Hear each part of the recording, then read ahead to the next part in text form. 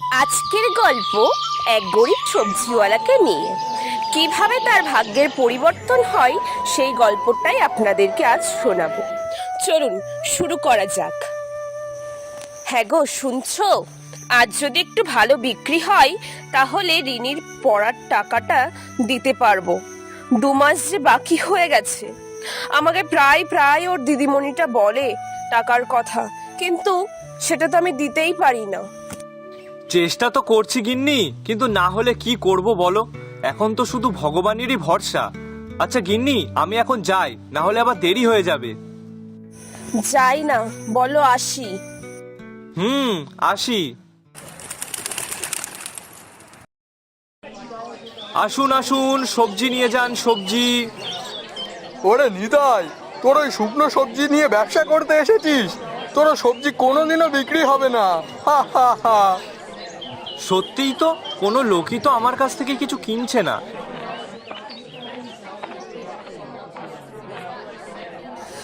বাবা, একটু সবজি দেবে? 3 দিন ধরে কিছু খাইনি।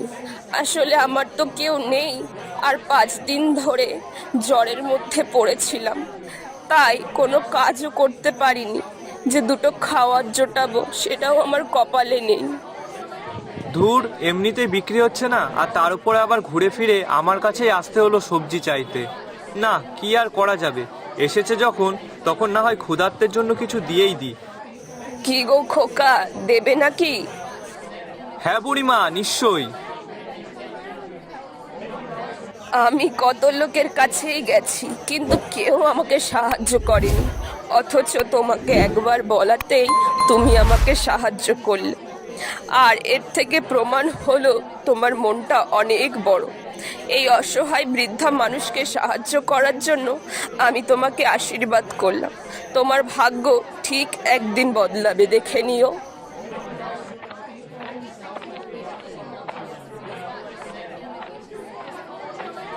সত্যিই কি কিছু বদলাবে? কি করেই বা বদলাবে? এই তো আজ সারাদিনে একটা সবজিও বিক্রি করতে পারলাম না, এতে কি আর আমার কপাল বদলায়?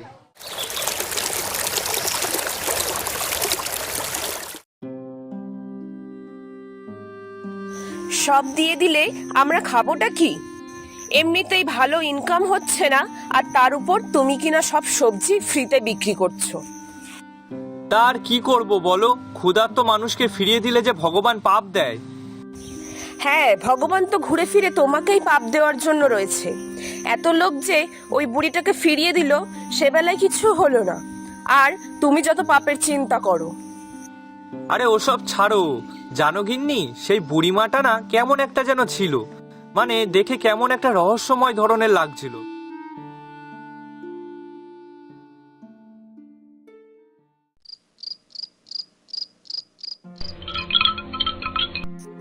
ধুর বাবা, তো রাত্রেবেলায় আবার কে আসলো?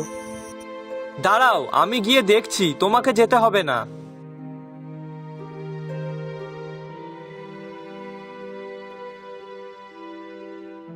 আপনি? কিন্তু আপনি আমাদের বাড়ি চিনলেন কিভাবে? কি গো, কে আসলো এখন বাইরে? আর তুমি কার সাথেই বা কথা বলছো?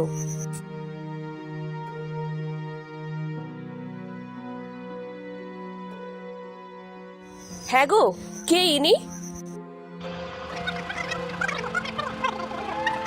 এই কথা বলে বৃদ্ধা মহিলা অদৃশ্য হয়ে গেলেন। নিতাই ও কমলা সেদিকে অবাক হয়ে তাকিয়ে রইল।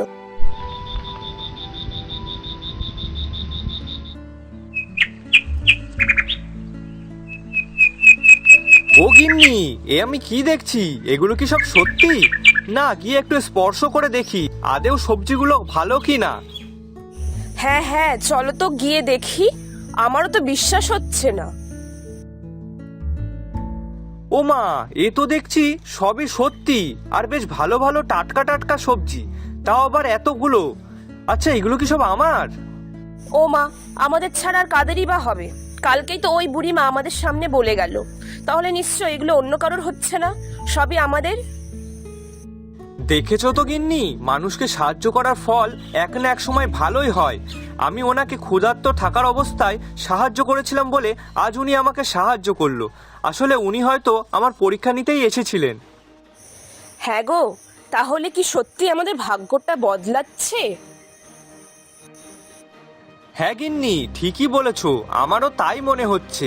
তাহলে এক কাজ করি, আজ কিছু সবজি তুলে বাজারে নিয়ে যাই, গিয়ে দেখি বিক্রি হয় কিনা।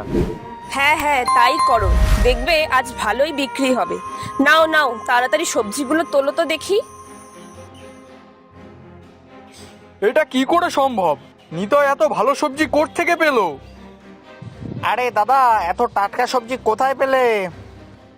এই তো ক্ষেতের থেকেই তুলে আনলাম। বাহ, তাহলে আমাকে একটা লাউ, 1 কিলো পটল আর 1 কিলো বেগুন দাও তো। হ্যাঁ হ্যাঁ, অবশ্যই অবশ্যই।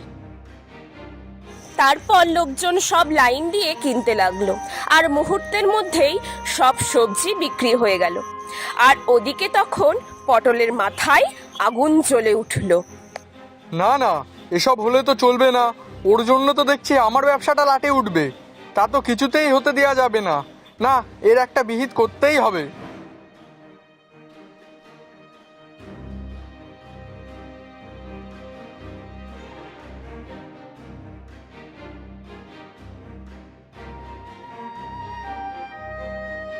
ও বাবা, এ তো দেখছি অনেক সবজি, তাও আবার এত সুন্দর। এমন সবজি তো আমার জমিতেও হয় না। তাহলে ওই নিতাইয়ের জমিতে হলো কিভাবে? আচ্ছা, এক কাজ করি, এর থেকে কিছুটা সবজি আমি তুলে নিই, আর বাকিটাতে ঘাস মারা ওষুধ দিয়ে যাই। তাহলে নিতাই কালকে আর কিছুতেই কোনো সবজি বিক্রি করতে পারবে না। হা হা হা।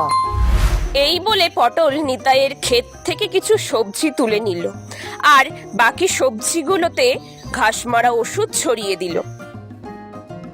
পরদিন সকালে যখন নিতাই তার জমিতে গেল, আর গিয়ে দেখলো, হায় হায়, আমার এত বড় ক্ষতি কে করলো? আমার যে আবার সব সর্বনাশ হয়ে গেল। হ্যাঁ, আমি এখন কি করব?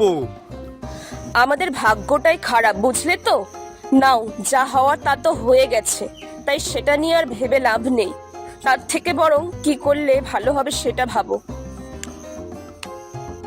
এখন জমির যা অবস্থা, তাতে নতুন সবজি লাগিয়ে তাতে সার দিতে দিতেই তো আমার অর্ধেক টাকা শেষ। কেন? আরে গিন্নি, এখন যে সারের চাহিদা অনেকটাই, আর দামও বেশি। বাবা বাবা, তুমি মন খারাপ করো না। তুমি তো বলো ভালো মানুষের সাথে খারাপ কিছু হয় না। আচ্ছা বাবা, শোনো, আমার মাথায় না একটা বুদ্ধি এসেছে। কি বুদ্ধি মা? দেখো বাবা, আমার স্কুলে জৈব সার বানানোর পদ্ধতি শিখিয়েছিল। তুমি যদি ওই সার তৈরি করে জমিতে দাও, তাহলে কয়দিনের মধ্যেই আবার জমিতে ভালো সবজি হবে। তাই তো রে মা, এটা তো আমি ভেবে দেখিনি। আসলে মনে করবই বা কি করে?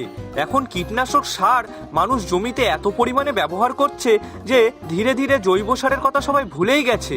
এই দেখ না, আমি আজ নিজেই তাই মনে করছিলাম। ভাগ্যিস তুই এসে বলেছিলিস। তারপর নিতাই তার মেয়ে রিনির কথা মতন গোবর, শুকনো পাতা আর রান্নাঘরের উচ্ছিষ্ট দিয়ে সার তৈরি করলো। আর সেই সার জমিতে দিয়ে কয়দিনের মধ্যেই আশ্চর্যভাবে জমিতে আবার সবুজ ফসলে ভরে গেল। আর এবার আগের চেয়েও বেশি সবজি হয়েছে। তাই দেখে নিতাই আর কমলা আর তার মেয়ে রিনি, সেও খুব খুশি। ও গিন্নি, দেখো দেখো, কি ভালো সবজির ফলন হয়েছে।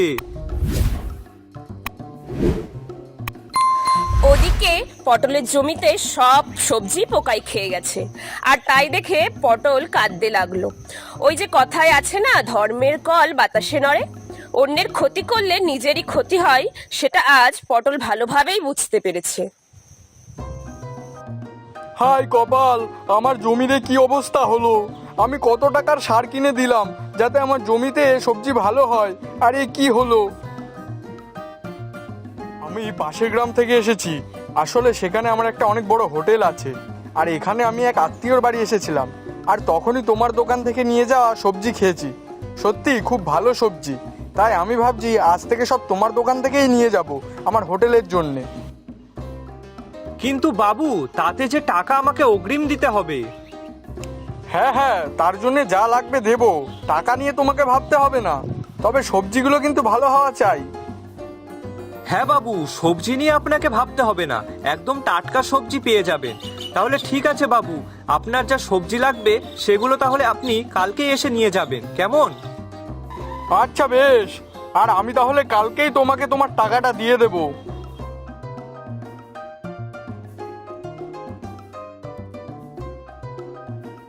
আপনি কে বলুন তো?